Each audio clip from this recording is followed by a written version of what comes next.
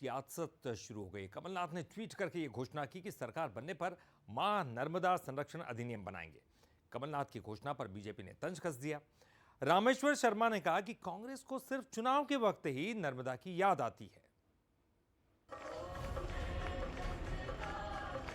नर्मदा मैया की आरती में जैसे घंटे और शंख की आवाज सुनाई दे रही है, वैसे ही चुनावी महासंग्राम में नर्मदा मैया के नाम की गूंज सुनाई देने लगी है। पीसीसी चीफ कमलनाथ ने ट्वीट कर घोषणा की है कि कांग्रेस सरकार बनते ही मां नर्मदा संरक्षण अधिनियम बनाया जाएगा। कमलनाथ ने लिखा कि पूज्य मां नर्मदा में मेरी गहरी आस्था और विश्वास है। मां नर्मदा के संरक्षण और संवर्धन के लिए मैं वचनबद्ध हूँ। कमलनाथ जी जो वादा कर रहे हैं वो करके दिखाएंगे। मां नर्मदा हमारी आराध्य है, मां नर्मदा हमारी जीवन रेखा है और उसको बचाना जरूरी है। उसके लिए जो भी बन पड़ेगा कांग्रेस की कमलनाथ सरकार करेगी। कमलनाथ की घोषणा के बाद बीजेपी ने जमकर निशाना साधा। हुजूर से बीजेपी प्रत्याशी और फायर ब्रांड बीजेपी नेता रामेश्वर शर्मा ने तंज कसते हुए कहा कि ये सिर्फ चुनाव के समय नर्मदा की बात करते हैं।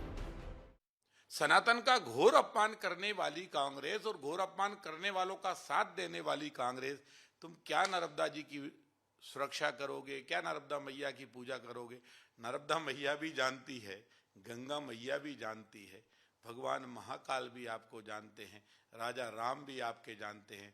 ये कांग्रेस किसी की नहीं हुई। नर्मदा नदी का मध्य प्रदेश में सियासी महत्व भी है। प्रदेश में नर्मदा 16 जिलों से होकर गुजरती है। 100 से ज्यादा सीटें इन जिलों में आती हैं। कुल मिलाकर नर्मदा से लगी हुई 65 विधानसभा सीटें हैं।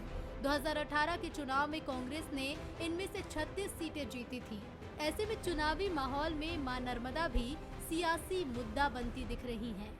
कांग्रेस नर्मदा सेवा सेना के बाद अब नर्मदा को लेकर अधिनियम बनाने की बात कर रही है। इससे पहले पूर्व सीएम दिग्विजय सिंह नर्मदा परिक्रमा कर चुके हैं।